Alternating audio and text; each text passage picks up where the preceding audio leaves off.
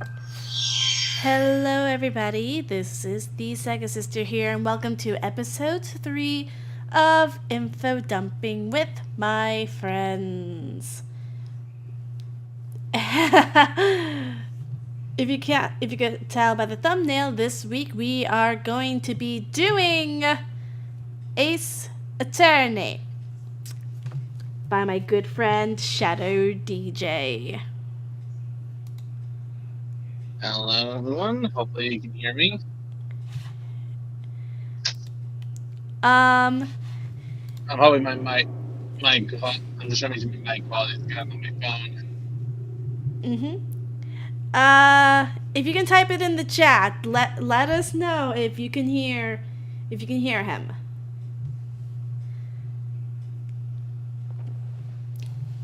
I see we have at least 2 viewers. Hello. And of course, offering commissions, writing, voice acting, the works.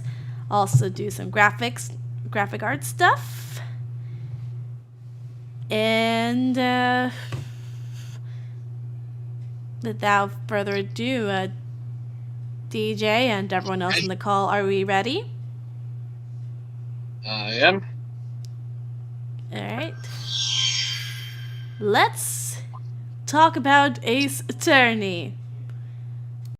Okay, so what's your preference? So, got any questions before I start going to a diatribe about it? Dark Mage says it sounds like you're talking through a sock. Okay. Oh, okay, let's see. Wait, which one? Me or Deesh? Is that better? Okay, I can hear you pretty well.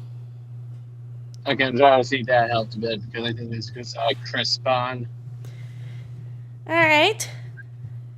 You may proceed with Ace Attorney, aka the Phoenix Wright games. Okay. Well, I actually kind of got introduced to the games during the time when DSs were really big. I think it was around the time when I think I first started playing them around the time Diamond and Pearl were out. So yeah, I'm old. And honestly, here's the weird thing. I'm pretty sure it was somewhat mean back in those days. The injection, the guy in the blue suit, like that. But when I first played the original game on the DS, I was actually having pretty quick because it was kind of my first visual novel game. So I got a trilogy on my DS, and I also have trilogy sequels for Sega as well. And heck, I got the new prequels that are based around Phoenix's ancestor. So I guess just saying how I play the games doesn't exactly tell you anything about the series, huh?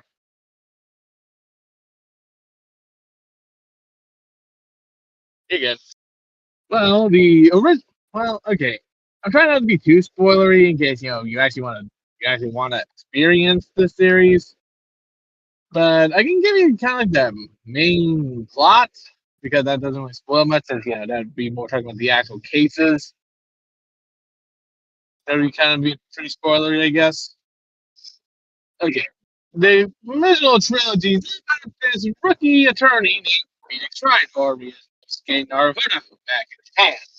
Because this was originally Japanese cap. The name, the last names are fun. They became right because that's right. That joke, he's right all the time and stuff. Naruhodo was actually a way of saying, Japanese like something like that.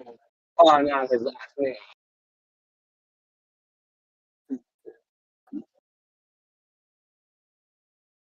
Yeah. Sounds like you're Basically, cutting out again. sorry, my Is that better? Can you hear me now? I'm good with Yeah. okay.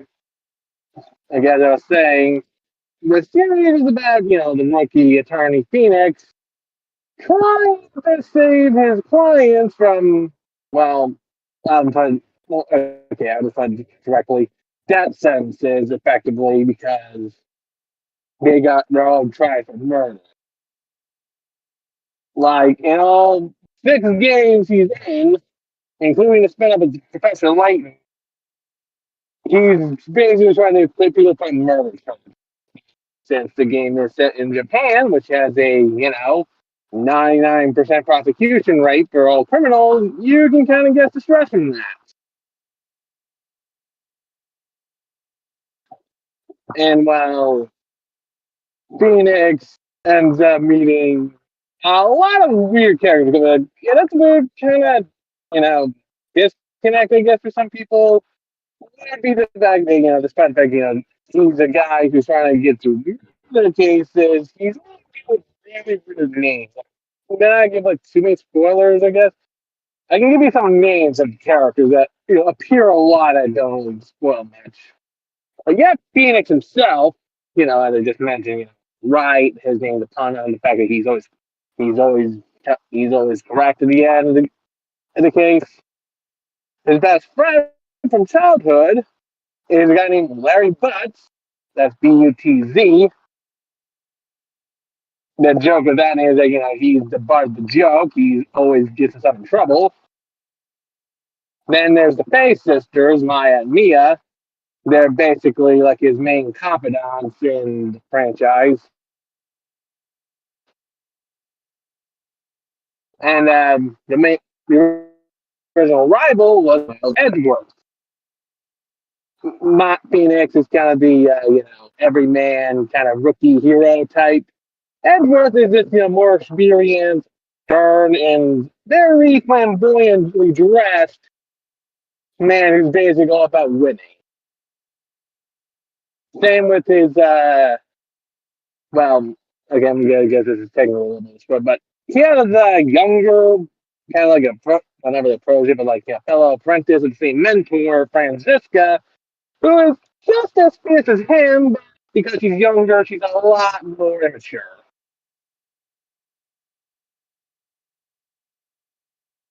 And then the scene goes into these characters like Apollo Justice, a very passionate young man who basically becomes Phoenix's student, and Athena Sykes, a very upbeat and outgoing young attorney when the 3DS games came out.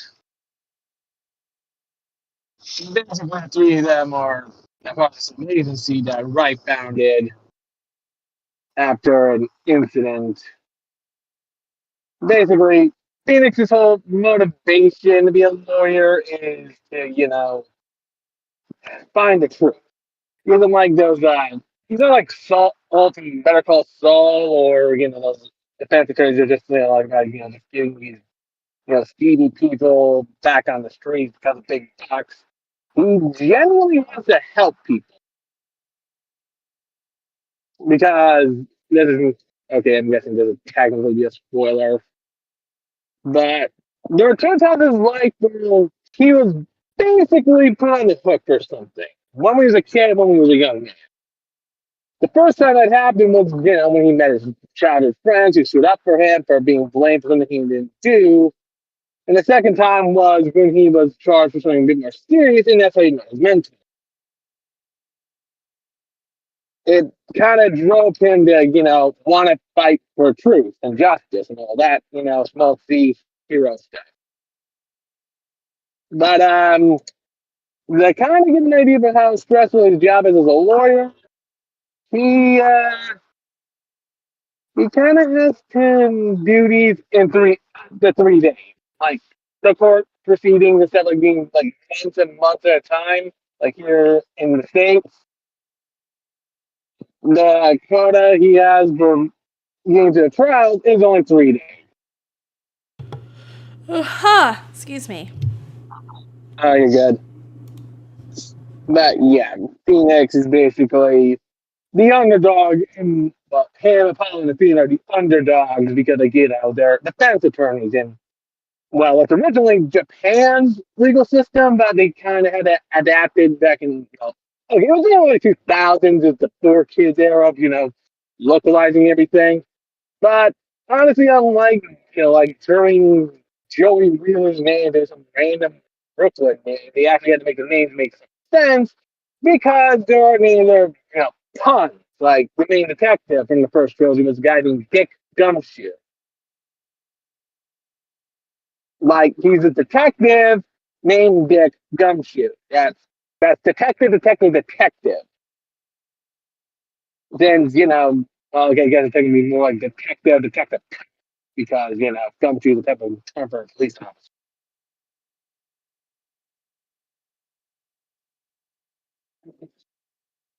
And basically, Phoenix has to deal with, kind of squeamish people, that are usually defendants. He has to try to prove that aren't actually the ones who did the crimes. A really strict prosecution of some level, like, they literally change rival every game to a new prosecutor who has a really big stick up their butts when it comes to, how they do their jobs. And okay, this is kind of true to real life, both here in the States and in Japan. A really ineffective policeman. Either because, like, they're trying to get their quota done, or the fact that they can't see, the actual, blatant, false evidence in front of their face. It's like, okay, I think from Danganronpa, this what happened when, Saika, did the whole thing with the bathroom, the 11037, that whole thing. You know what I'm Yeah. talking about? Basically, okay, this is an early case. Somebody's name was written on blood on a piece of paper next to a dead body when that person died from a head trauma. Huh. And yeah, the detective said, the detective comes, she's like, okay, this is probable, this is ironclad evidence. This piece of paper found next to a body who was likely unconscious when she died wrote this in her final moments. Case closed. Yeah, Mm-hmm. these aren't this isn't like this is basically not like Horatio Kane. Also, trying to make sure. Did we get all that what I just said earlier? Just make sure because because it's not like I got quiet on your end, or you just listening. Yeah, I'm just listening, just muting my mic when I'm Okay, not I'm just trying talking. to okay, just making sure because of the fact, make sure I wasn't going crazy for a sec. But yeah, basically these aren't like a CSI level of forensic scientists or like we'll zoom on this picture 20 times over to find this really tiny detail to get the murderer. They literally get the first guy that ends up on the scene. And that's usually their first suspect. And that's who you have to defend.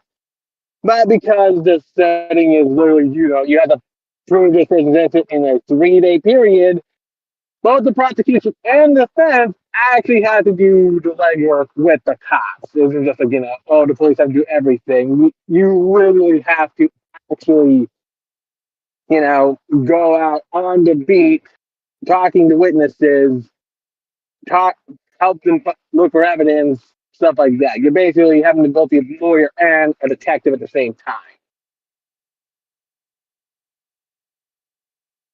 And also don't question the fact that this 20-year-old is hanging out with a teenager who happens to, basically be kind of like a surrogate younger sibling or surrogate daughter in some cases. Uh-huh. Yeah, I'm just being honest on this.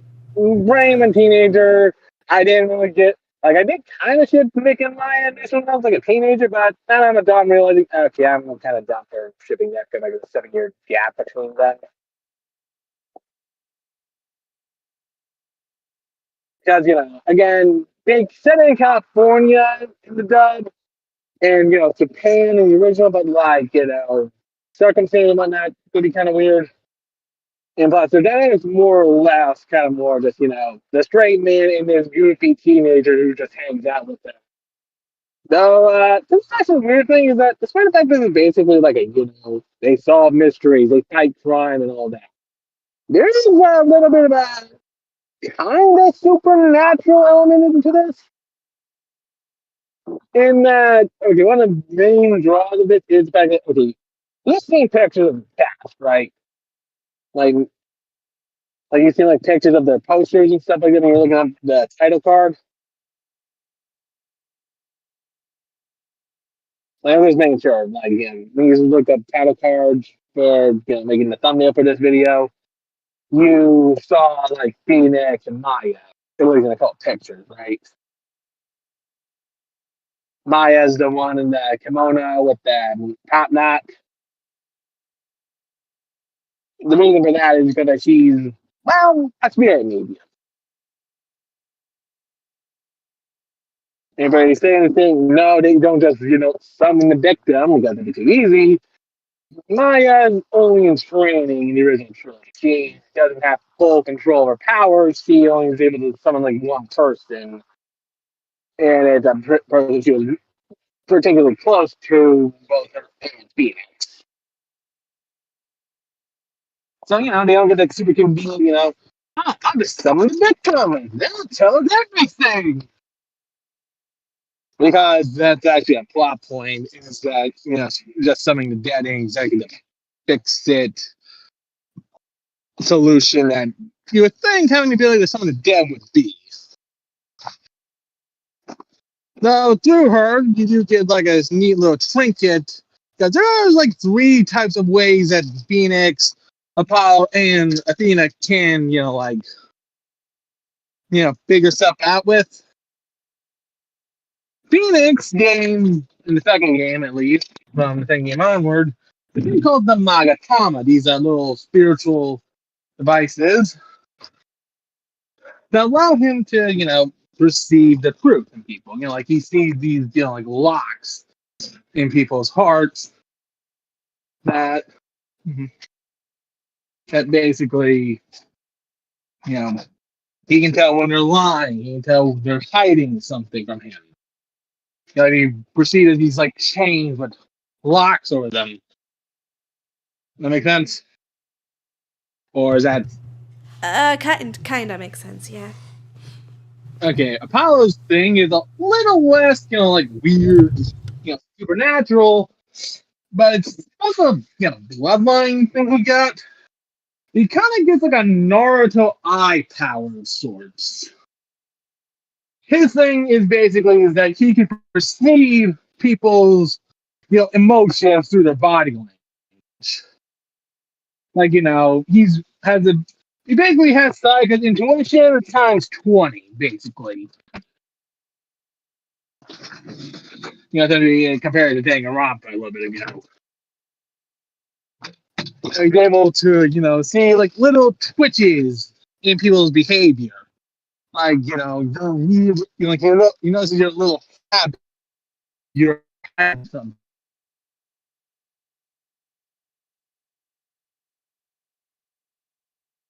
that haven't happened. Like say, like somebody's talking and they see them like, rubbing their fingers together in a certain way. Like, because, a weird nervous habit. He and his family basically have this like ability to tell people's intentions and their words through that, basically. He's basically just able to like, pick up on these really minor things, but the only way he can tell them is because of his bracelet that reacts to when, his body actually reacts to it. Basically helps him focus. And the final superpower, I guess you can call it, is Athena's, who has basically super empathy. Her hearing is super sharp to the point where she can read your emotions to the minus of details. Like, being that she see you're lying because, he can tell you're hiding something from him just from, the spiritual, because weird soul magic. Apollo can tell you're hiding something through, nervous twitches, body language reading, and basically being able to see through, through your poker face, essentially. I think that is all about the psychology of it, emotions. Like she can tell you're hiding something based on how you're feeling. Like if you're, she can see the minute bits of your emotions. Like, she can tell if you're hiding some anger, hiding some sadness, hiding some excitement. Basically, the three of them use these kind of unorthodox methods, as well as a lot of bluffing, to try to trip up the witnesses to basically get the truth out of them. Because, that's a big thing, is that, when you're not investigating, you're in the courtroom with a judge who's, let's be honest, and I'll be honest, he's kind of up there in the age, so he's kind of, woohoo in the head. Huh. Like, he's not a corrupt judge, he's more just old. That makes sense? Kind of, Like, yeah. I would kind of guess he's like in his 70s. Like, he's not a bad guy. Like, that's a thing, is that when, like, that's the thing, with Gumshoe, that this isn't like a propaganda thing, like, certain detective shows try to be. The people, there's a lot of clear-cut corruption in this legal system. Like, not as a 3 days thing. Like, a lot of people in Phoenix have to go up against are either crooked cops or some sort of really corrupt business type. Antagonists tend to be people who are out for money, power, something to get ahead. Mm-hmm. Again, basically, again, he's trying to help the everyman for the most part when he's doing his job. Like, his first client in the games is literally his best friend, who got basically being, charged for murder. I know some people might call that a bit of a, I guess, or something like that, or something like a conflict of interest or whatever.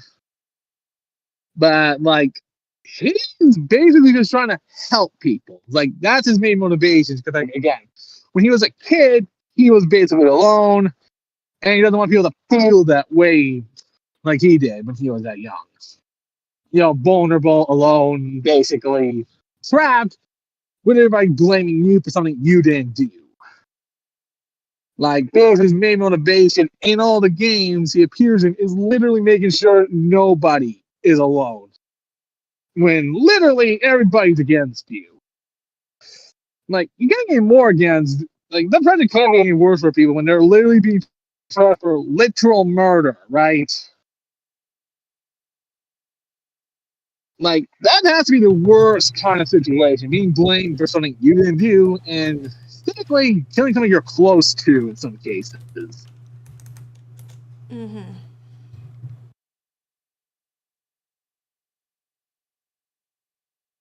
Of course, make it easy for you in these cases, because typically they try to make sure you do get a 3-day thing.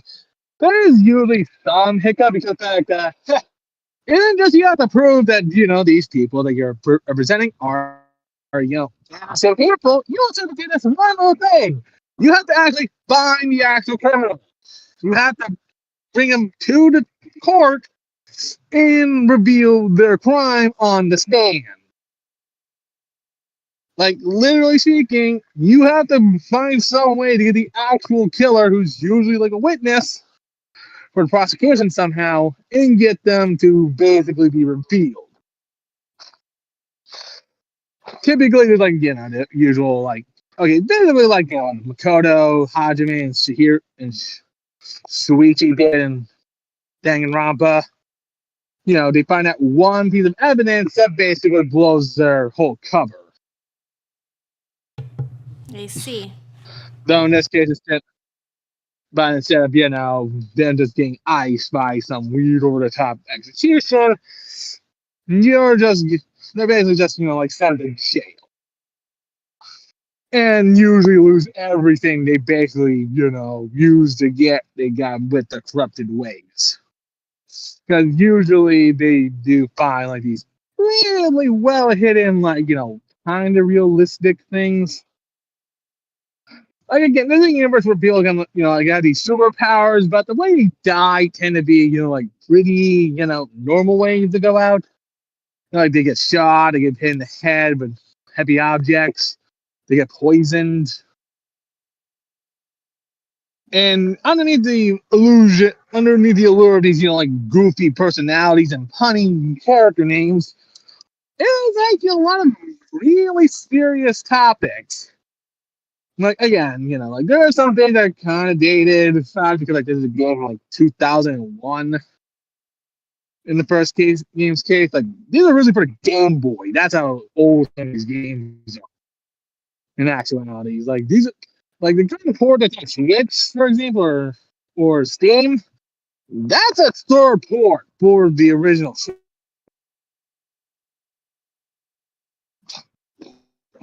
Like it was first ported to the DS, then it was ported to phones, then it was ported to Steam, and other modern consoles. And it's quite literally a 20-plus-year-old game franchise. So there's certain things that were kind of normal gags for anime back in those days. Like over the top it, but like they do bring the attention to the fact that like these attractive anime design characters. You know what I'm talking about, right? I'm talking about that. Kind of, yeah. Like the kind of fan service stuff. Like it's like you don't over top it, but like it's still there. Usually the way that like smoke screen a witness of some kind. Like they're trying to use some sort of distraction method to try to get the judge and prosecutor to not think of them as the potential liar or active criminal.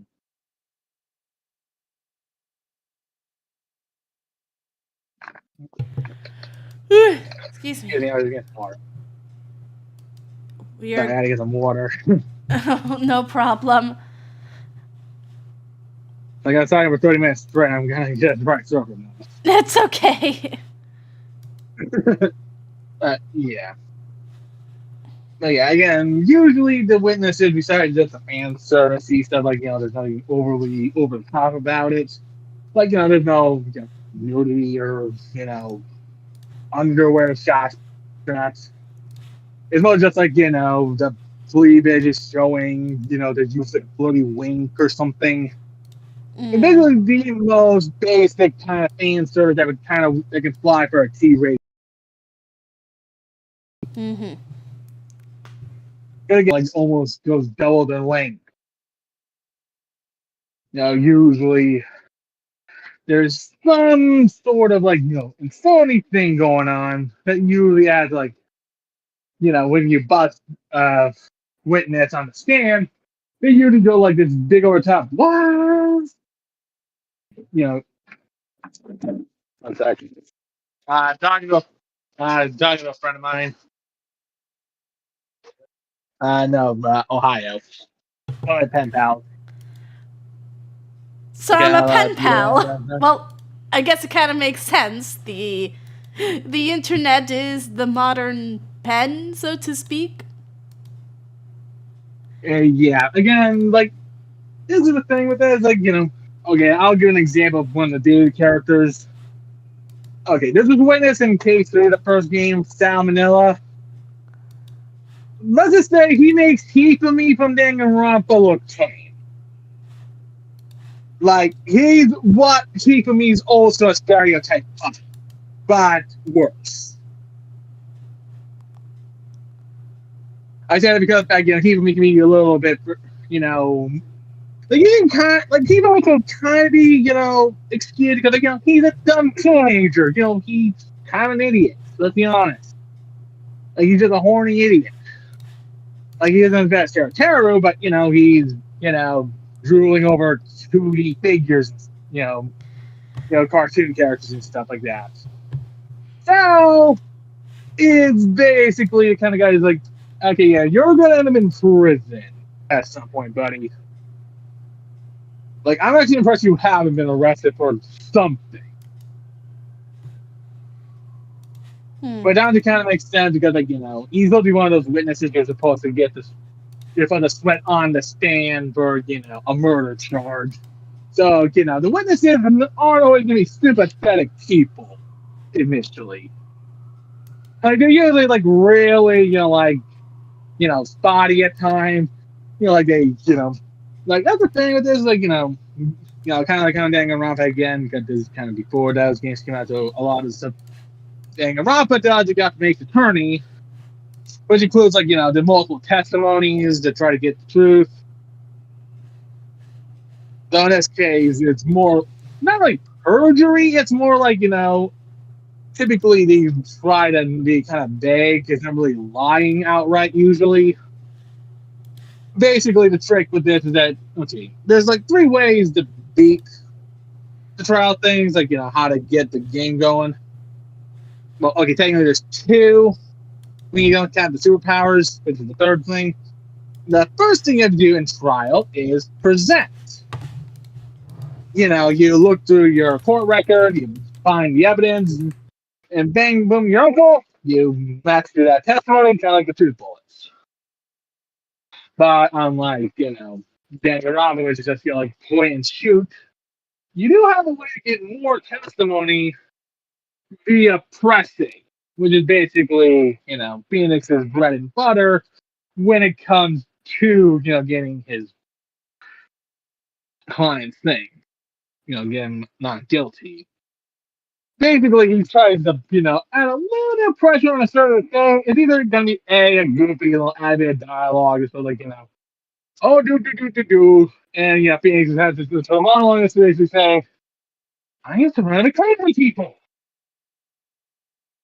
Like, yeah, that's a thing with all 3 guys, 4 if you count the prequels, is that you're usually playing the same man in a world full of psychopaths.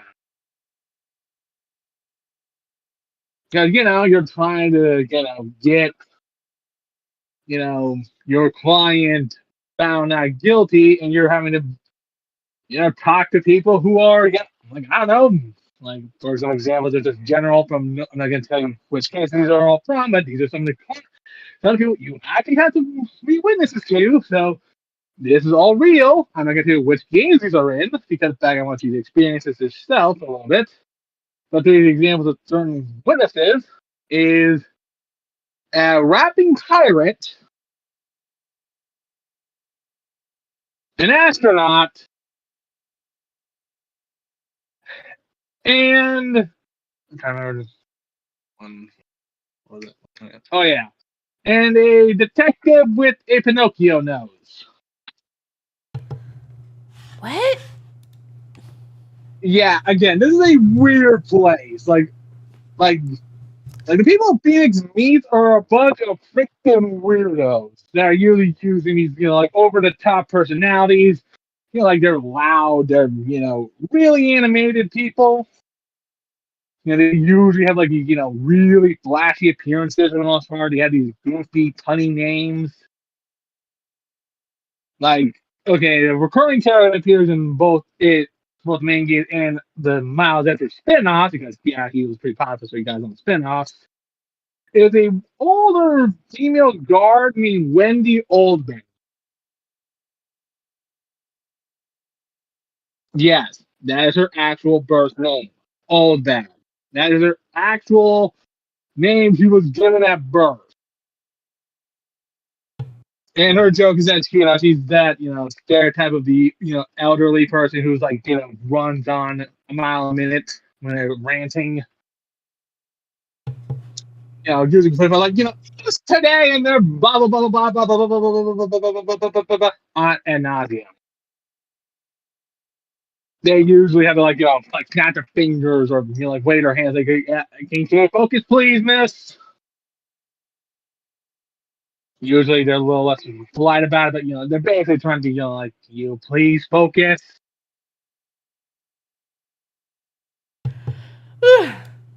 And yeah, and by the way, the riding pirate is the least weird witness to get. Who was the weirdest witness? Okay, No. okay, I'm thinking of one I can actually share that won't be big spoiler, like somebody's due with both twists.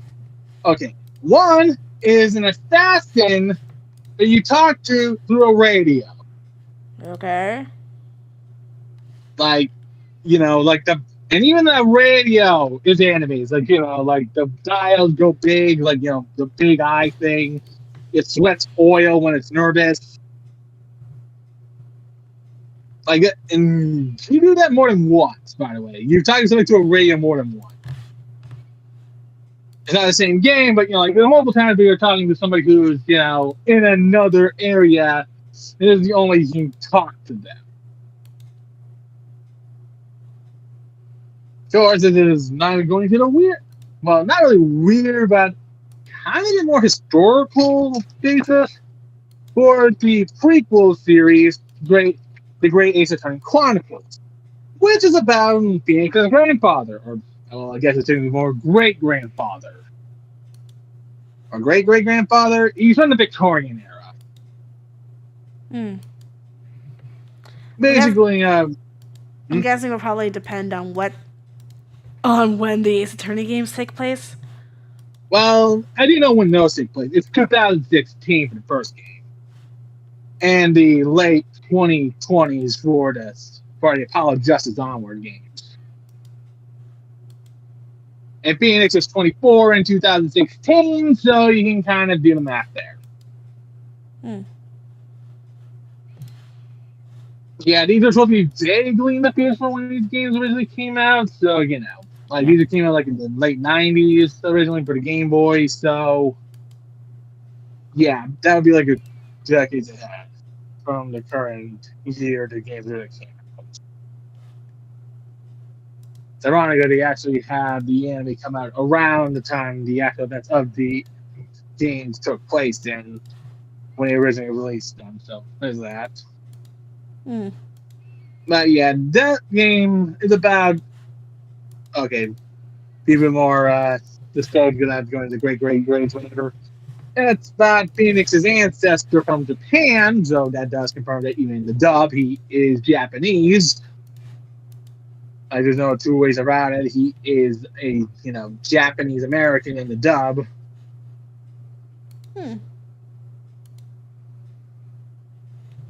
It basically has to go to jolly old England in Victorian era France, where he meets Sherlock Holmes.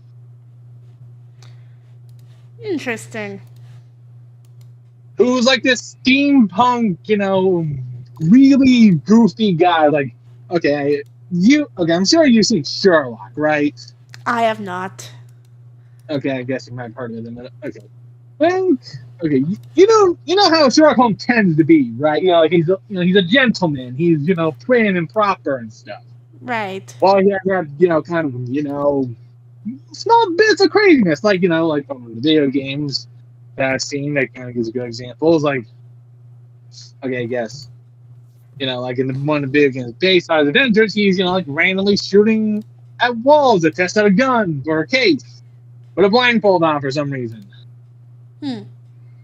This Sherlock is as intelligent as he's classically depicted, but he's got the attention span of a caffeinated rabbit. Sherlock has autism.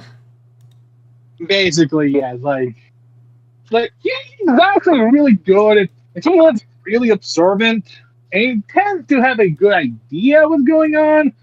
But Naruhodo has to, you think, so this here is the evidence, is the cause of this, and Naruhodo has to slowly point his finger in the right direction, like move it a little bit to the left or the right.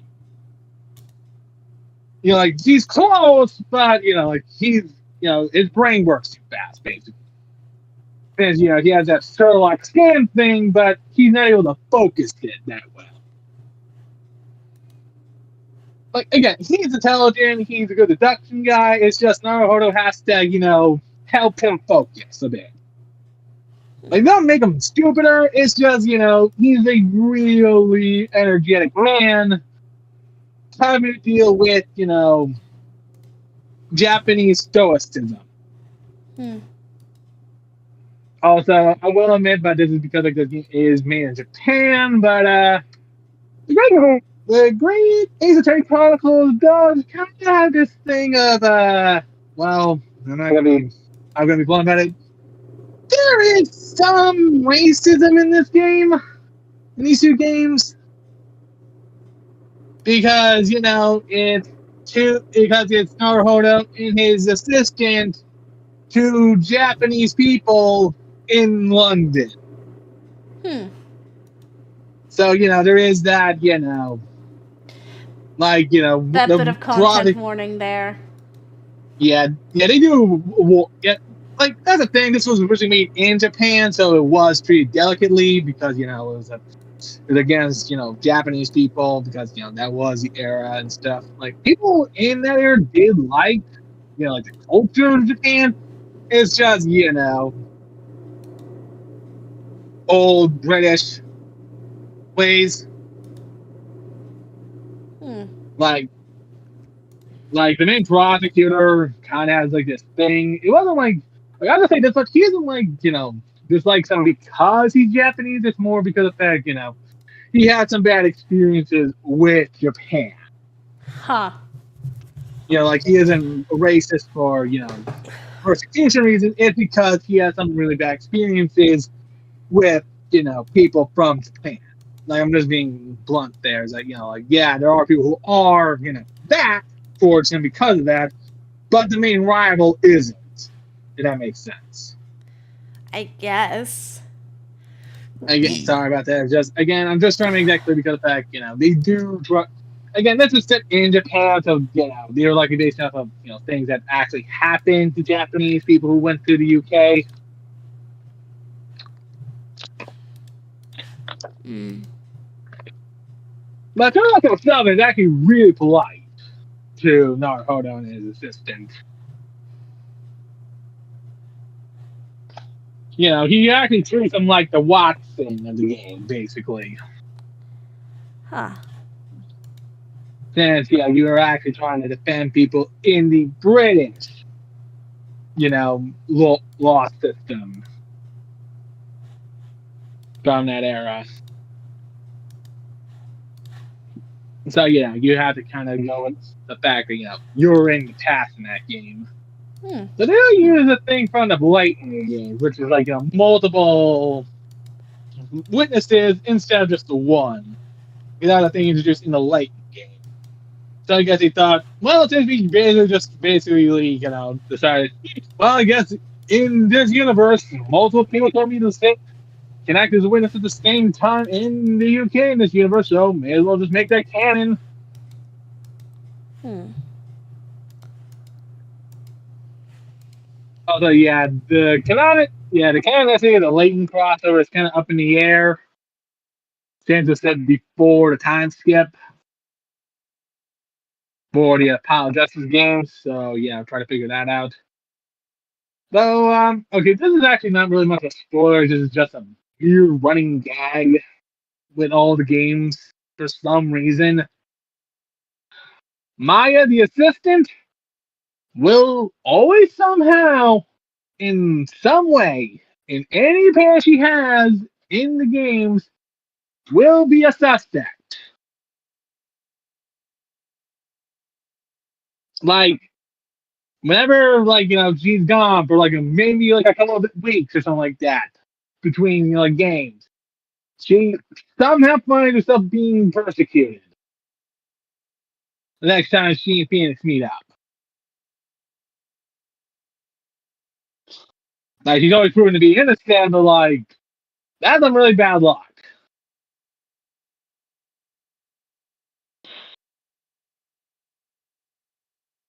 Like, a lot of fans make fun of that. It's like, okay, do we have to have, a bell on you or something, Maya? Because you're always getting in trouble when you're not even the one doing anything.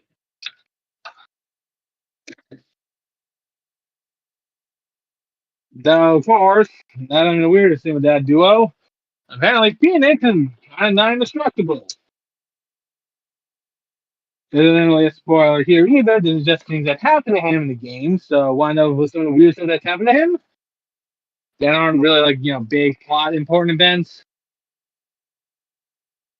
Because certain things that is apparently vulnerability has does involve important plot stuff. So here are the ones that aren't super plot important. Let's see. You got bashed in the head with a fire extinguisher, a metal one to be specific, and he just got like a mild concussion amnesia, cartoon amnesia afterwards. The amnesia that just goes away after a little bit. He gets jumped by a tiger, not mauled, just he got tackled by one. A monkey grabs at his head and takes his attorney badge. Let's see. He falls off a burning bridge into a raging river in the winter-filled mountains. And he gets hit by a car. Oh, by the way, the bridge thing, he just got a cold after that. And then the sequel, he gets hit by a car, gets sent about 10 feet backwards, hits a telephone pole, and just gets a sprained ankle afterwards. Did I lose it anywhere in those examples?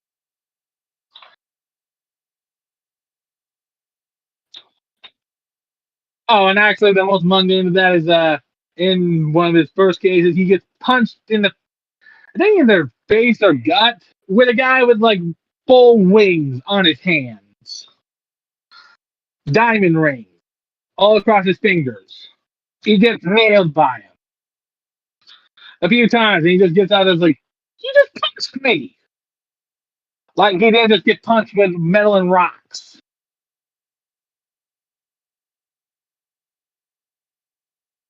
But yeah, did I lose it? Did I lose you anywhere in that?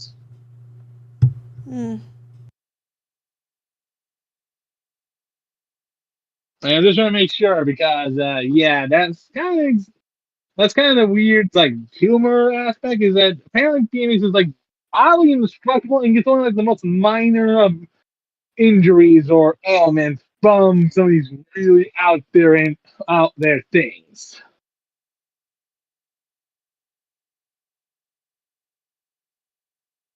But I guess I can also kind of tell you about his rivals because of the fact, without, you know, going too deep into the plot, because I actually told you that Edgeworth and his protege from the shared mentor, Franziska.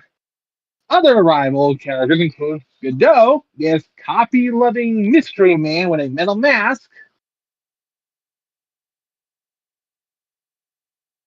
he's kind of this triple-eyed Cyclops visor thing going on. Who's like, he has like this cool jazz theme. He's always drinking coffee. He's always, like waxing philosophical towards Phoenix.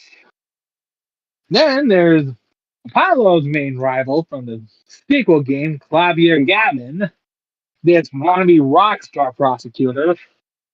He adds in a little German to make him sound classy. He, air guitars. He wears like a big medallion around his neck. Then there's I don't remember how to pronounce his name. Simon Blackwell, this really edgy looking, anime villain looking dude. He has the black hair, the weird marks on his eyes, talks like a samurai. And then there's a Nahiota, can't pronounce his name. He's basically this Buddhist monk of sorts from another country that becomes important in the sixth game.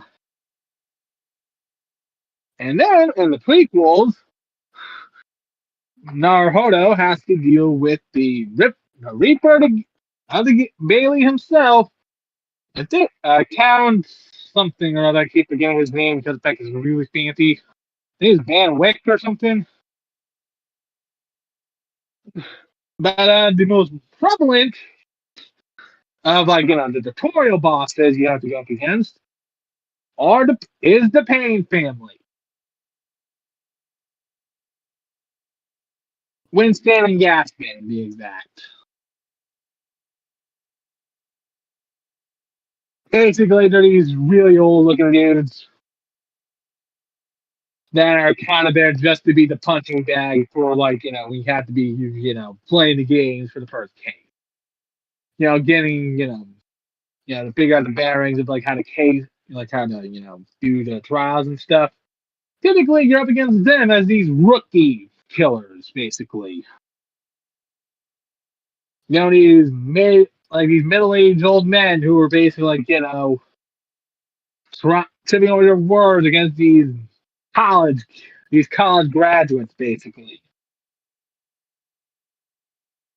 Yeah, I don't think I mentioned that. Phoenix, when he is first introduced as a first-time attorney going to court, he was like 24 when he was first on the stand as a defense attorney.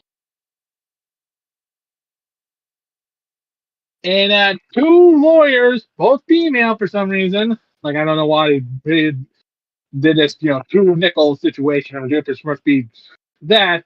But the two female attorneys you get to meet, main ones that aren't, Mia, they're both 18 when we first meet them.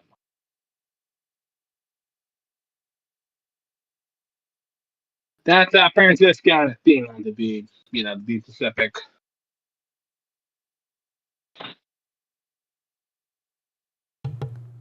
Huh.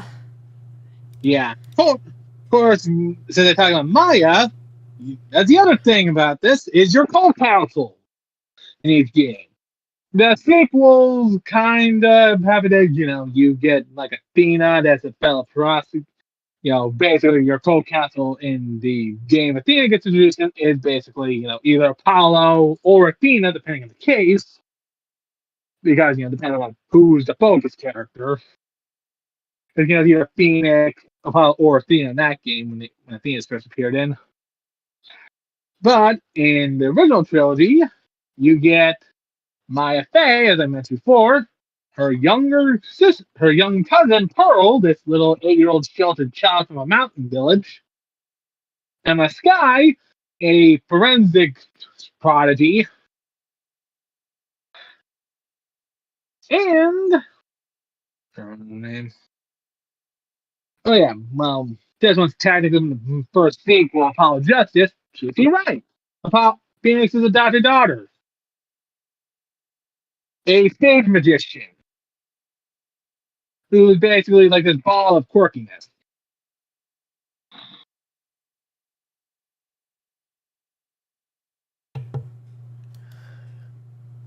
I see.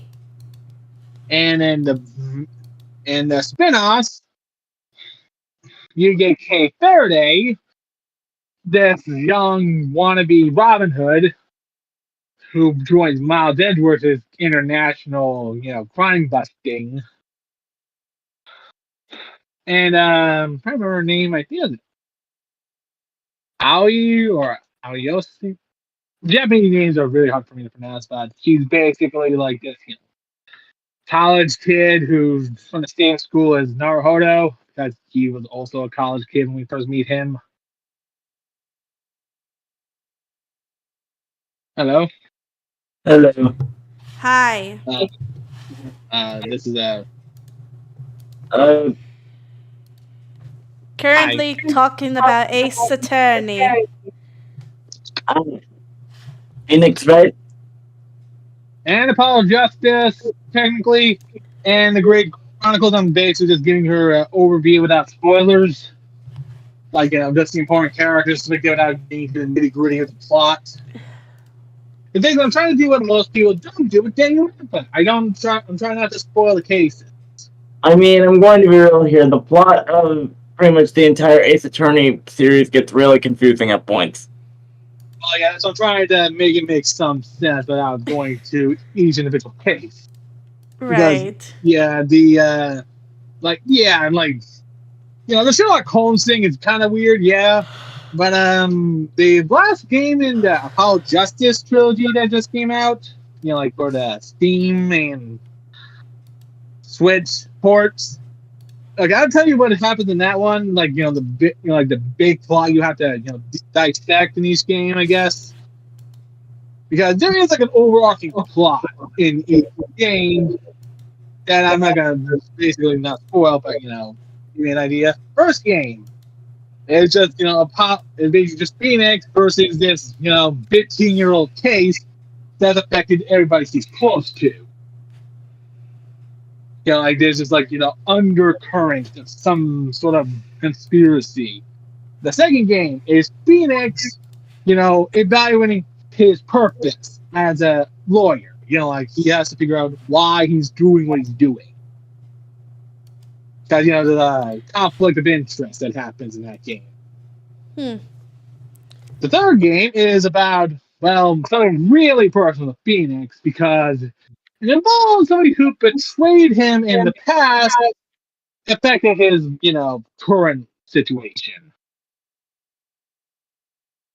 The fourth game, Apollo Justice, is basically another situation trying to unravel a years-long conspiracy when Apollo has to clear Phoenix's name effectively to why he got disbarred. You guys gonna have to do a spoiler there, but in the sequel series, he got disbarred because of something that happened in his last case. So Apollo and Trucy have to figure out what happened all those years ago. Because it involves, everybody in that game, basically. Like, all the important players in it, anyway, not like the random witnesses. This game is all about the dark age of the law, basically trying to root out a major part of corruption in, the, law system that this universe has.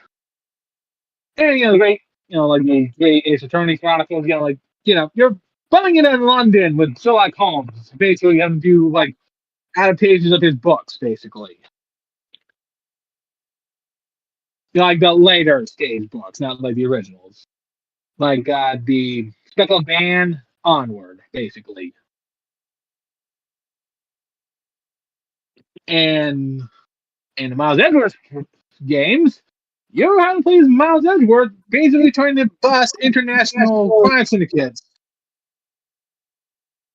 Isn't the Miles Edwards stuff actually a prequel or something? Not a prequel. It's side stuff. It's like, what Miles was doing when he's not, going up against Phoenix.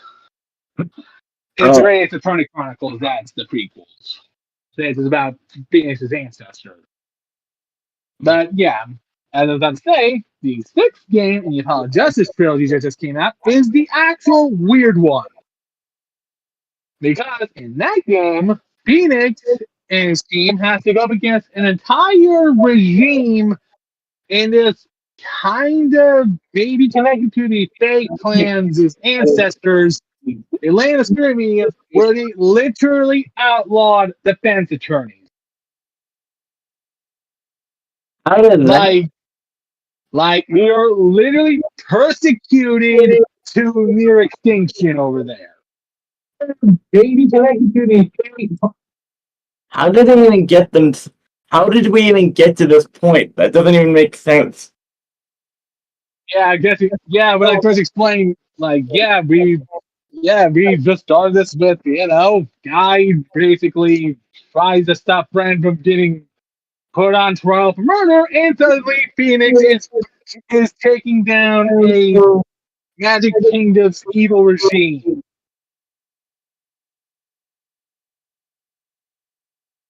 So yeah, the A to B here is kind of lost for some people. Yeah, it is. Honestly, it certainly feels like a mess.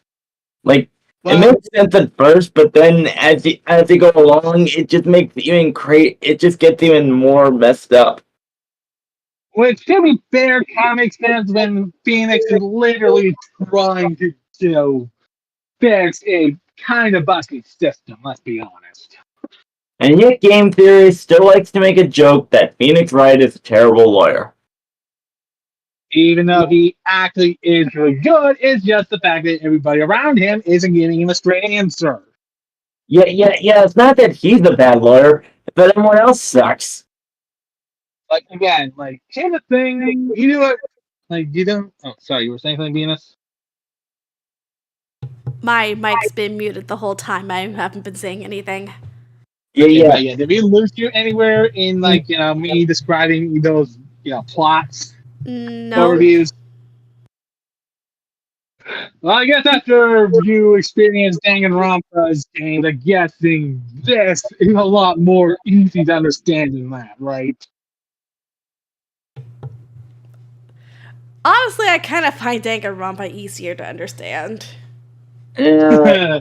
Well, I guess that's fair because of the fact there are, a lot more self-contained and trying to deconstruct a, actual, real, somewhat real-life actual court system. Yeah, but Danganronpa's story is kind of forever ruined thanks to the plot twist at the end of V3.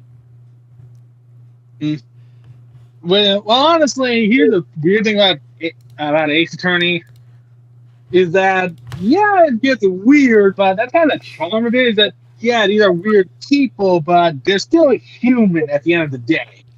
Unfortunately, I can't really talk about it much with Sega here, because if I say anything more, I'll accidentally spoil something, because... Yeah, that's what I'm trying to be, I'm trying to, only talk about, the characters who appear in more than one case. Because Phoenix Wright, it's very hard to talk about it without spoiling stuff. Being a dad actually played Danganronpa, so, that's what I'm trying to say. It's in comparison, Ace Attorney is a lot more complex. Honestly, sorry.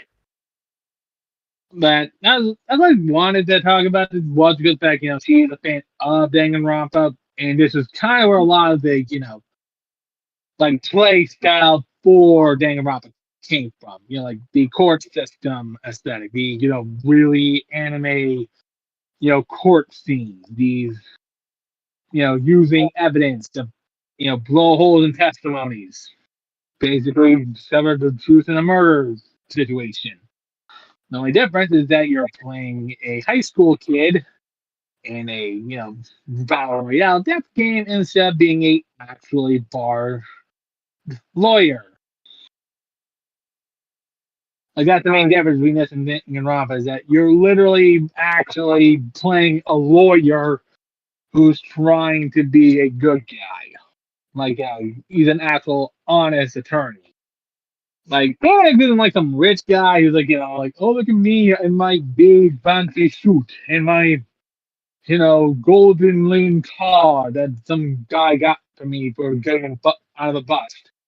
Guy is literally a fresh out of college student.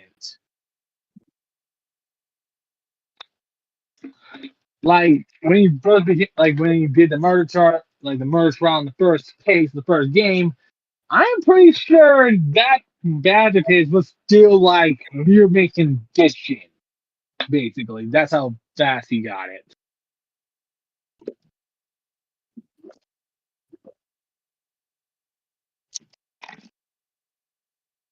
They do kind of at least trying to make it that he was an apprentice first, but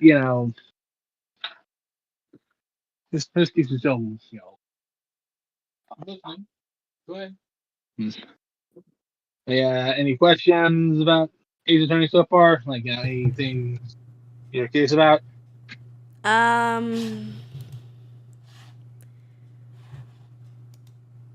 I had a question, but I forgot it. It's okay. It's okay. Take your time. Don't worry. We still got time. Honestly, I just feel bad that I don't have much to add here.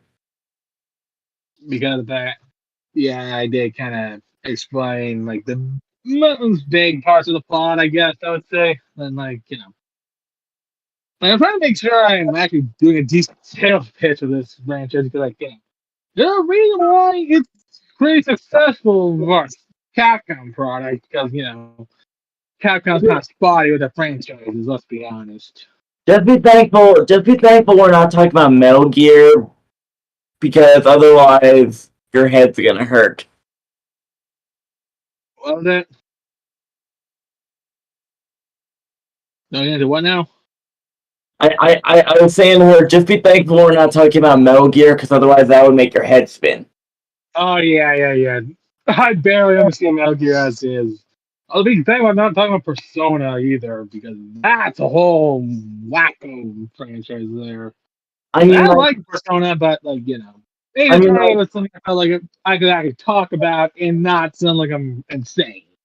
I only really care about Persona 5 because the characters in Persona 5 are endearing to me. Up there, but yeah, the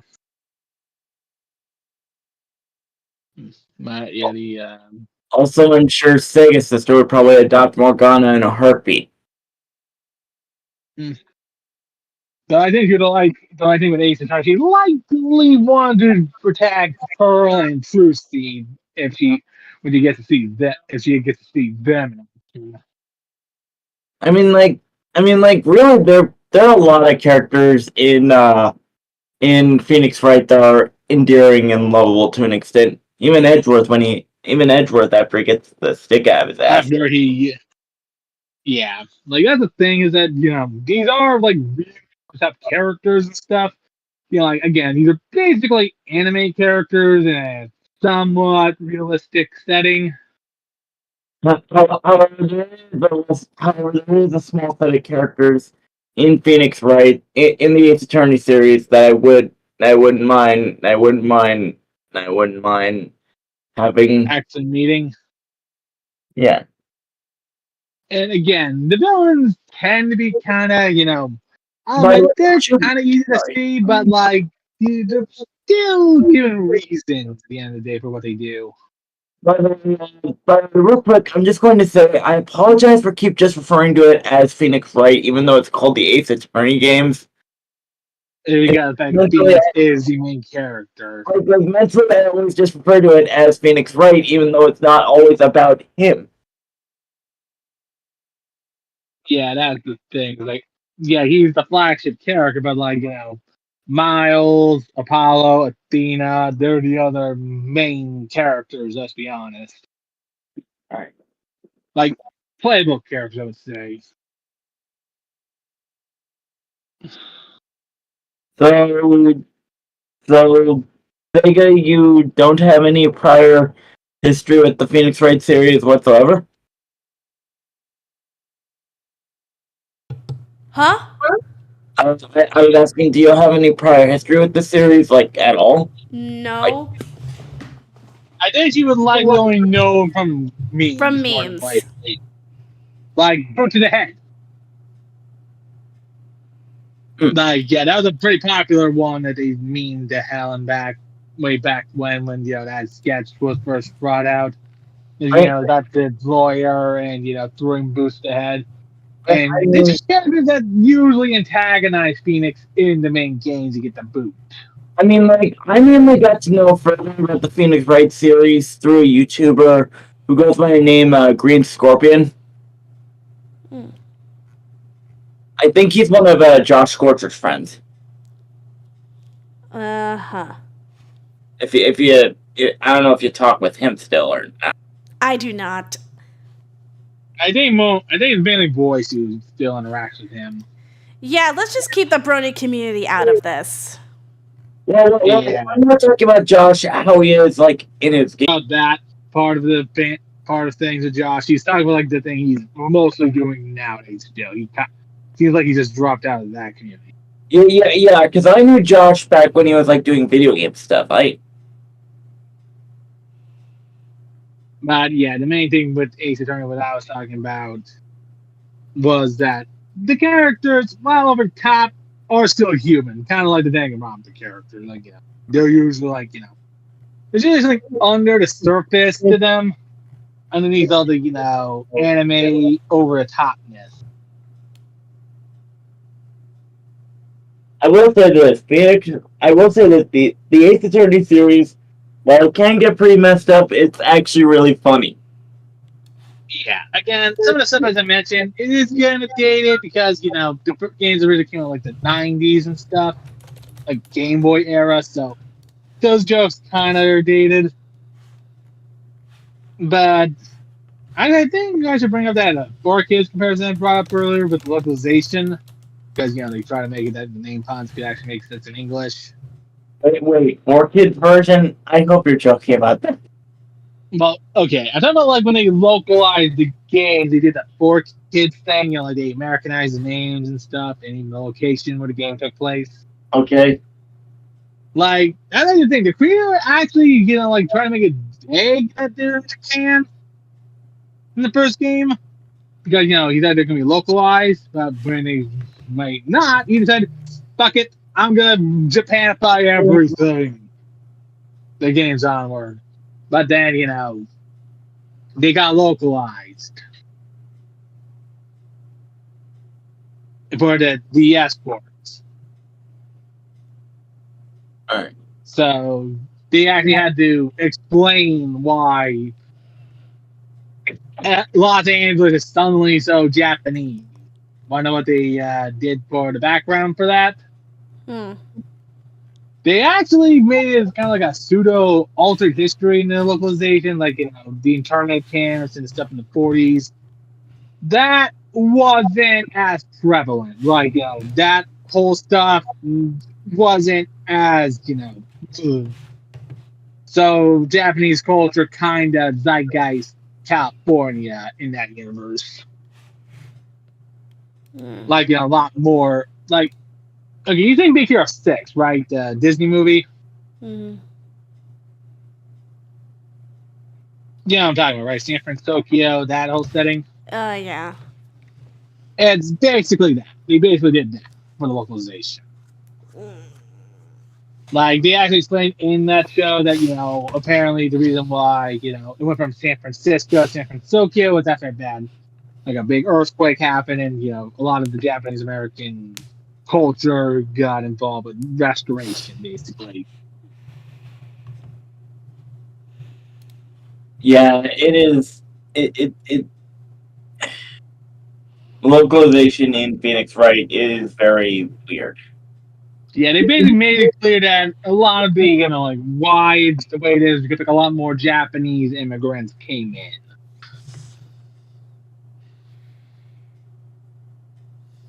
Like they explain why, like there's like yokai iconography and stuff like that in certain games, or why one of the main characters is a Japanese spirit medium. Like I did the name thing kind of handway because like a lot of families like got their names westernized when they immigrated over. I remember that being a thing in like American Tail, which I found out was actually actual thing that happened. Like if your names were like really hard to pronounce in English, they got Americanized. Which is kind of one of things like what happened to the Fay family, for example, because their village was founded after they moved, for example. But yeah, in short, Phoenix Wright Information, it's fun, but it is arguably one of the weirdest visual novel games that I've ever seen. Like it's a fun game, and the reason why I want to talk to you about it was because of the fact we were seeing the visual novels. There was a lot of quirkiness to it. Since you like Monster Farm, you like Danganronpa, you like I'm trying to remember what other visual novels I've seen you talk about. Doki Doki, for example.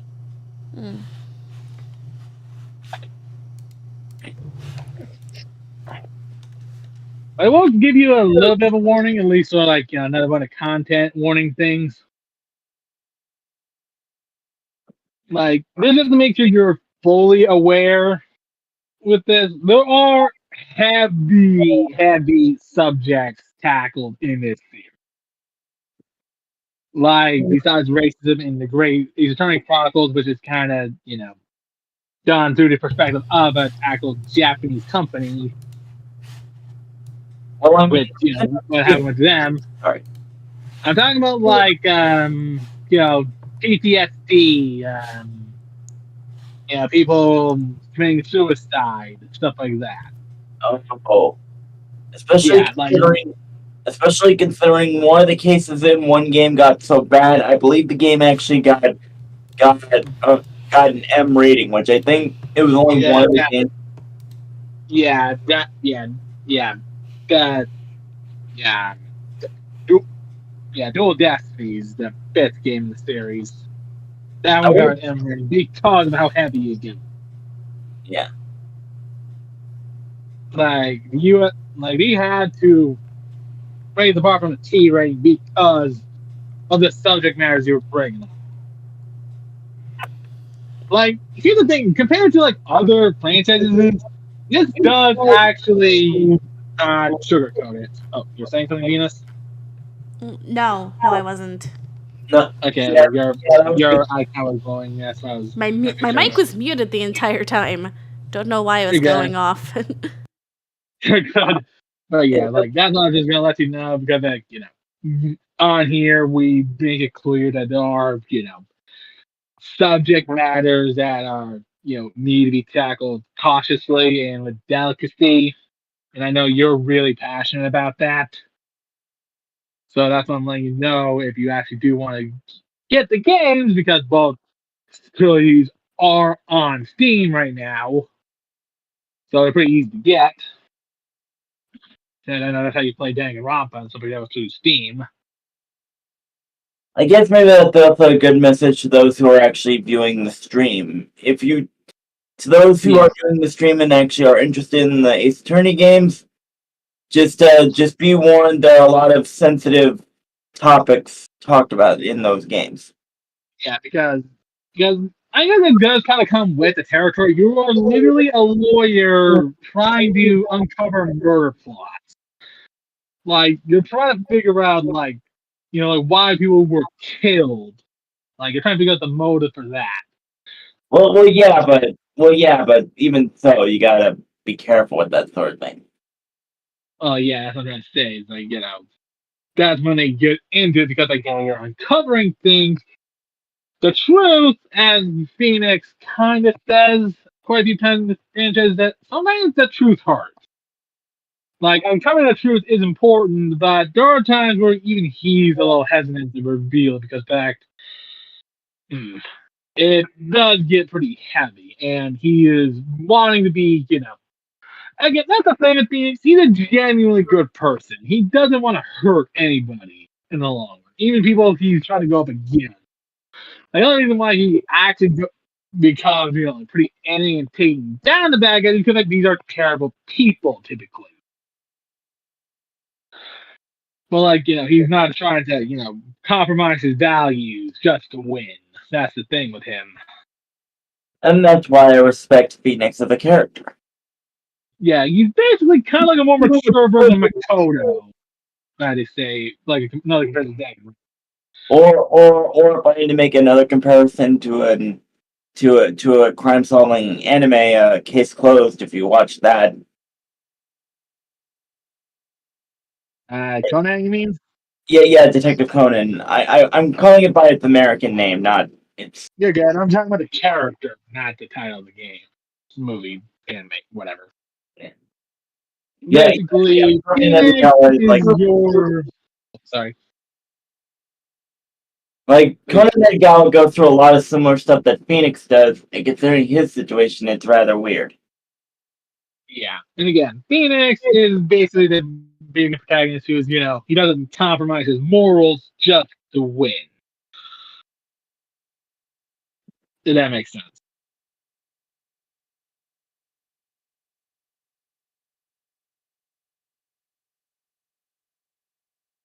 Let's see here. I could try to, also what else to talk about. I think we pretty much hit all the major bullet points about the Ace Attorney games. Sorry, I keep catching myself with just. I want to say Phoenix right, but I can't say Phoenix right. And I'm trying to think. Well, that's kind of also why I was wondering if you had any questions, like any kind of questions, good, honestly. I do not. Any ones that I might have had, they've slipped my mind. You're good. Again, one thing I can also kind of talk about, like in terms of like some of the jokes they do have, is again usually like the comedy in Ace Attorney is kind of one of the main selling points for a lot of people. Like doing the murder trials, but that's usually like the interactions Phoenix has with the people around him. It basically kind of has the humor of a Saturday morning cartoon. A good one, anyway. A good one, though. Yeah, it's basically like how you expect most of those over the top, slice of life anime type comedy for the most part. Oddly enough, I think Phoenix Wright actually did have an anime. It actually did have a proper. It did, yeah. Like people kind of complain like oh, they sped through it too fast, and like okay, people complain that they sped through the plot in the anime. I'm like, you want them to animate the Phoenix cutsing around different places to find the evidence. Yeah, that's actually one. That's a warning. Also, I will give with this when it comes to gameplay. There's a lot of wandering around and trying to look for like that right thing. If you don't find it right away, it'll block you out during investigations. So if you get lost, you're gonna be lost for a while, just clicking the screen a lot.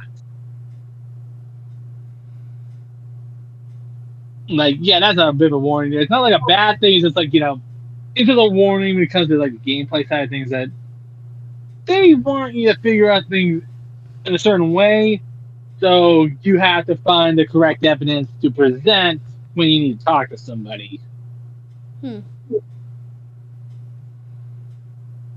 Though, of course, I guess that could also be a problem when like saying Danganronpa 2. So if you don't find certain evidence, you're stuck until you putz around a lot. However, Phoenix Wright is a little more forgiving than Danganronpa, I feel. Yeah, it is.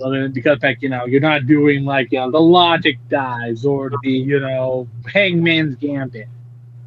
Like, I think the weird, okay, when the 3DS ports later came in, you do have to actually inspect evidence. You actually have to you're not just showing the autopsy report or random card about this. You actually have to look over things that you get in the 3DS game. You have to turn. You have to look over for fingerprints. You have to look for interesting symbols that might be important. You have to make sure basically you have to actually thoroughly inspect things in the later game.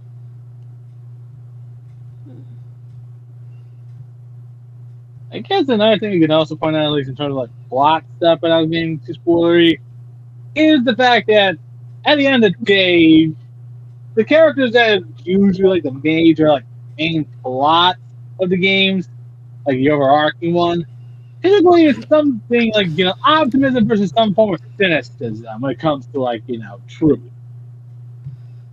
What you think in this day and age? I feel like we need a little bit. Yeah. Usually Phoenix believes full-heartedly in his client for the most part. You would have to be a pretty bad person to not have his faith. Basically, Phoenix is literally he's arguably one of, if not one of the most pure protagonists I've seen in a visual novel game. Yeah, he isn't here's the thing, remember I mentioned the fan service moment, for example? The fan service thing, they talk about the mild fan service moment. What? Not affected by this. When people are trying to be flirty with him, trying to be enticing, he's he just gives a firm glare. When people are trying to manipulate him. And that's how much he values the truth, is that he doesn't like yeah, he bluffs usually, yeah, like yeah, he does bluff. People do call him out on it, but like when he's doing it, he's not trying to be malicious. He isn't trying to, twist things. He's trying to do a gotcha moment. Like he's trying to trip you up. If that makes sense.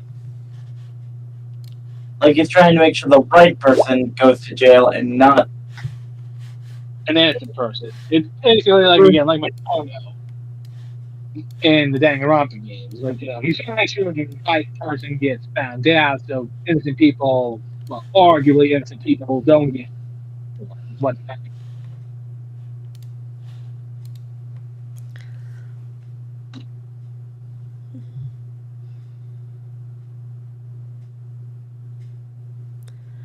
Ugh.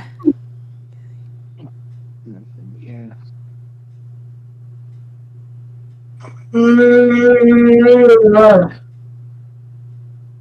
They got me yawning. Sorry. It's okay. Honestly, I think my biggest recommendation for games is honestly, I want to say the plot, or it's like the plot as you mentioned gets kind of convoluted at point. It is like the humanization of these people that Phoenix meets. Like Phoenix is a very human person. Same with Apollo and Athena. I mean, you get to play with them. These are the three of the most empathetic people in a visual novel out before the Danganronpa thing try to make that a plot point with Makoto. Mm. Like Makoto is probably like a everyday hero.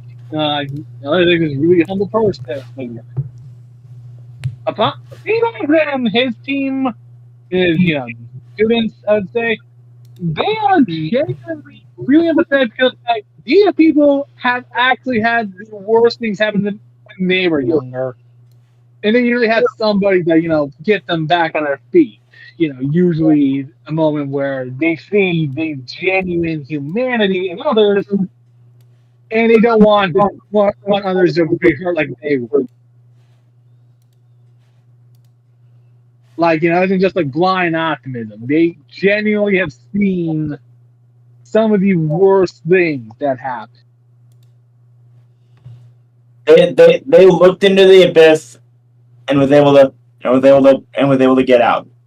Yeah, like okay, I guess I can kind of say this without spoiling too much. Like I imagine what happened with Phoenix.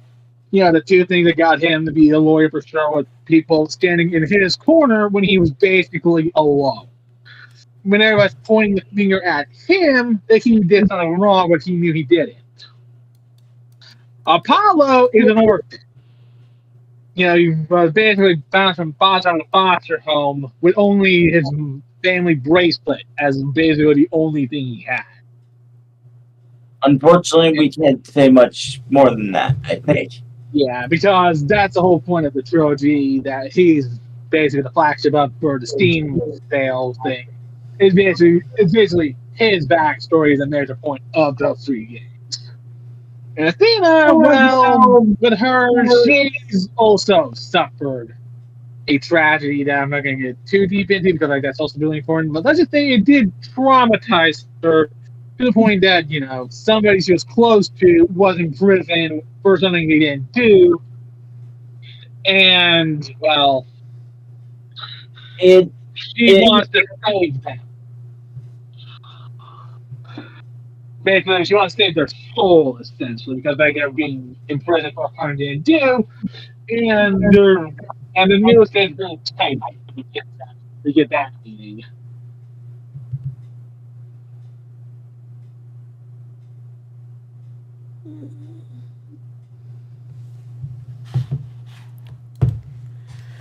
Ooh, excuse me. Okay. I also say this with Miles because, without spoiling too much with him, because, it is. He's also the same size as Athena, in that he lost something important to him and basically hardened his worldview. It's why he has a stick on his butt when you first meet him. Like, I won't get into too much detail because, those are pretty plot important stuff. But, all four of the protagonist characters in in the main series games or the modern games are people who have been hurt badly, emotionally, by the system in some way. But they want to try to use the system to save people instead of just giving up. Basically, end the cycle of pain. End the cycle of Dishonesty and the dark age of law. They're basically trying to bring light back into the legal system, trying to be what was supposed to be before, protecting the innocent.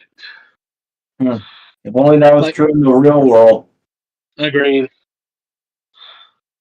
So, Meanwhile, in the Chronicles, the prequels with Naruhodo being his ancestor, I kind of see that kind of genuine optimism and goodwill to people is kind of genetic because Naruhodo, while a little bit more little more soft compared to the Senzu, because he's in a lot more vulnerable place, I guess. Because he's in another country, and he's way out of his element in those games. But he has that same kind of perseverance as who the grandchild will have. Because that's the thing. These people are people who will literally go to bat in what seems to be like dire circumstances. Like they're not as bad as like Makoto and the other gang not protecting with during a death game, they're gonna die if they get it wrong. But basically, if they don't help these people, they're basically socially dead. Like, besides being branded as killers, their entire lives are letting them be upended if they don't help them. And usually, again, the people that they're defending tend to be people either they're close to or people who genuinely need their help. Like, yeah, they can be, like, some of these people that they're defending can be jerks at times, but they usually have a reason to be jerks or have something unpleasant about them. Typically, it's usually the case of, they got hurt or they're trying to have a mask that looks strong, basically.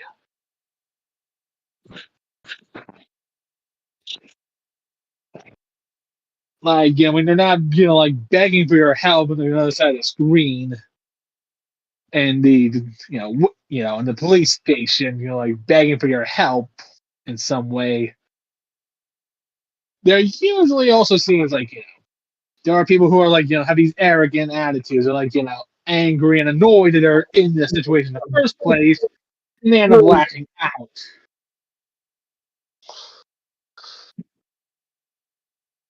I think since I don't have much to add to this conversation, considering this guy seems more like seems more knee deep in the Ace Attorney stuff than I am, I think I'm gonna duck. I think I'm gonna duck out. You're good. All right, then. Have a good night. Thank you, Will, man. You too. You too. I hope maybe we can speak more later. Like, Yeah. if you ever do one of these, if you ever do one of these, I'll keep a lookout for these streams, and if it's the topic I'm actually familiar with, I may actually shed some. You would need to submit it in advance. Yeah. Yeah, it was nice of you to help me give another perspective on this. All right. Thank you. Have a good night. You too. Yep. Bye. And I guess, is there anything you would like to add? Is there any way? Well, this is my main, sales pitch for this series, I would guess. Because, again, I do genuinely want you to actually experience these games like I did. Because, again, when it comes to games I play, I do want people to actually experience it in some way. Fair enough. Let me see what page is this. Like, again, when it comes to, Makoto, Hajime, Suichi, a lot of their like strongest character traits can actually drawn back to Phoenix because these detective visual novel things that are they're kind of normal, I guess now, like kind of normalized. A lot of the biggest things that kind of end up becoming a mainstay of those things kind of came from Ace Attorney first. Like a lot of their like strong beliefs in honesty and trying to reveal the truth no matter the cost. Phoenix kind of did that first, but they're a little bit on the softer side compared to Danganronpa because let's be honest, Danganronpa got into really deep, really dark shit. Yeah. Like Phoenix Wright, by all accounts, still got into some really serious topics, but they don't try to, bash over the head with a spiked baseball bat over it. Like, they still tackle, they tackle things like, suicide, really big reasons for why people did what they did when it came to their crimes. And, yeah, a lot of crimes in this series tend to be pretty serious, despite the fact, again, one of the main characters get literally stoned to death. Mm-hmm. Like, yeah, there's a supernatural element to this. Like, Maya, spirit channeling, Phoenix's ability to see magic chains over your heart, Apollo basically having zooming in eyeballs, Athena having, super hearing that can basically be super empathy mixed in. Like strip away the weird magic stuff that basically just add mechanics to the games. And you have people who are in the legal system to try and help people. They're not just trying to get rich. They're not just, trying to just be, like, oh, look at us, we're lawyers. We're, they got that's a thing in Japan, which is where there's a lot of this stuff is from. The prosecution rate in Japan is crazy. Like, it's really messed up.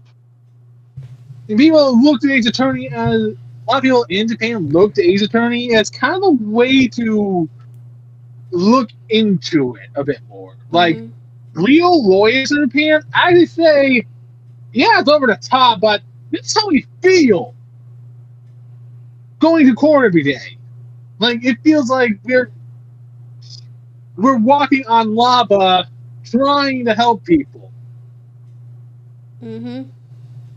Like, yeah, that's the thing. Phoenix is the underdog a lot of things. Like, even when he becomes a pretty decently famous attorney, he is still usually getting these crazy high expectations and telling the people trying to defend.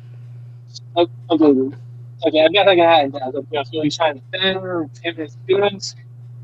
They're just kind of like, his best friend from childhood, and like actors, or like local TV shows, fellow lawyers, astronauts, people in showbiz typically tend to end up being like third case syndrome situation. Just trying to get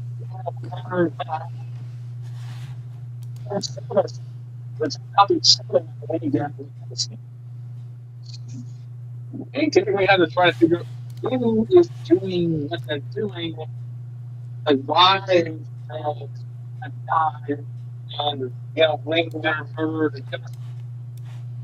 Like, it's basically, again, heavily optimistic, yeah.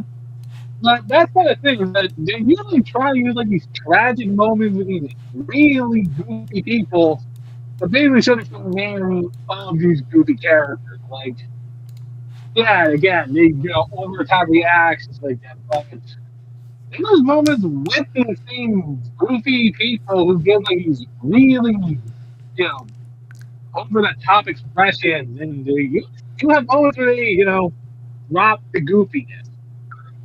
And then, just have a heart to heart with the, focused attorney with basically, like, insight to something they might have been kind of known about because, Let's be honest. The people they tend to be getting involved with when it comes to these cases tend to be pretty dangerous. And, being honest on the stand could likely get them targeted too. Let's be honest. The witness touching and whatnot. Like, yeah, the prosecutors also have to learn these lessons in these games, like that's the main thing that they're rival characters for. Is that these guys are really cynical people who basically just want to win. Like, that's the thing with the Japanese. Like, that's a thing that I actually saw in that Persona thing, actually, like Wheelman mentioned, is that there's this, like, you know, whole video essay about Persona where they do talk about, like, the Persona 5 protagonist, this whole thing with persecution rates and whatnot, is that lawyers in Japan are really stressed to figure out the motive. Like, they have to find why this happened. Like, why did they do this? Like, people are basically forced to sign confessions just so they can, get somebody on the stand, basically. Like, that's how stressed prosecutors have in Japan. But I think, like, I'm doubting all of them are that ruthless. Like, yeah, these people are pretty ruthless, but most of the rival prosecutors tend to be people who are just, cynical. They just want to get justice done. They just want to get somebody in prison because somebody perished. Somebody has to be punished for this. And, they're kind of strapped for time. They're strapped for resources on both sides. Like, yeah, the prosecution has a bit of an easier time because they work directly with the cops. But they still have that 3-day period. They do have to have, like, pretty quick trials because that's actually a big thing in the universe is that the trial system is so messed up. They had to narrow it down to 3 days. That's the pressure on both sides. That's kind of why, again, I pressure the humanization thing is because these are people at the end of the day. They're not just like, yeah, they're cartoons, sure, but they have really human emotion. They have these humanizing moments where, they peel back the cartoony aspects of their design and you see the people who are negatively impacted by everything that's happening. Because some of the witnesses who are brought in are people who are friends with the victims or knew the victim in some way or knew the person who's being accused and they feel like they have to accuse them because like they don't know who else could have done it.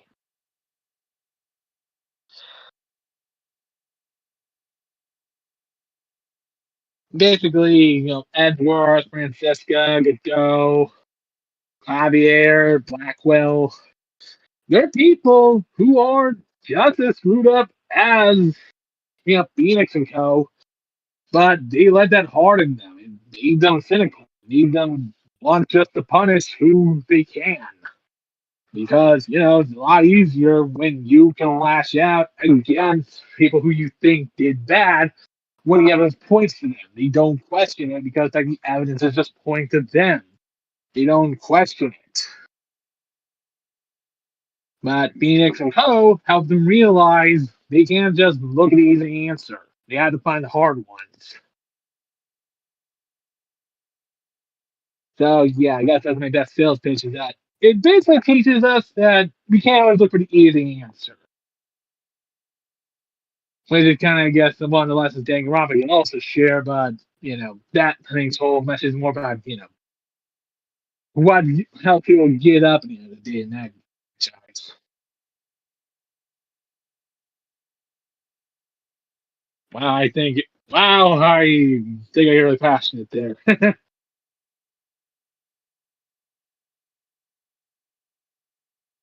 Did I lose you anywhere in that?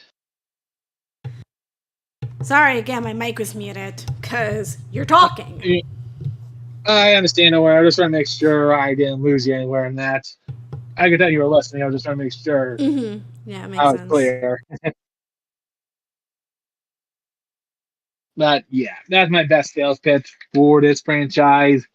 Is that it's kind of where Danganronpa got their whole stick from, like the whole methods of the gameplay and stuff. But at the end of the day, it's the story is kind of my thing. Yeah, it's really complex. It's all over the place at times. It's kind of crazy, but this is a kind of over the top franchise. It's a Capcom franchise, even. It's kind of you kind of go into that things like when you go on Nintendo, you're expecting some kind of more story driven event.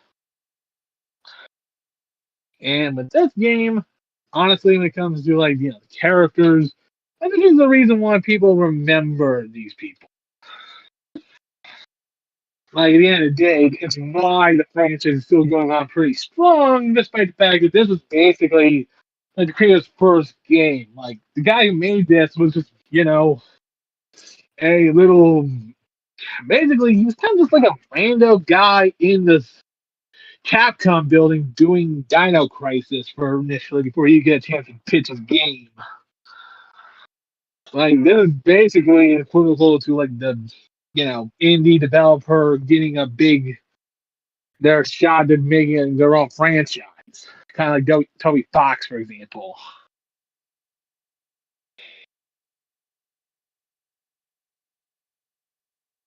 It's basically a little developer, like a little creator getting to a big name developer to make their franchise come true. And it just blew up from there.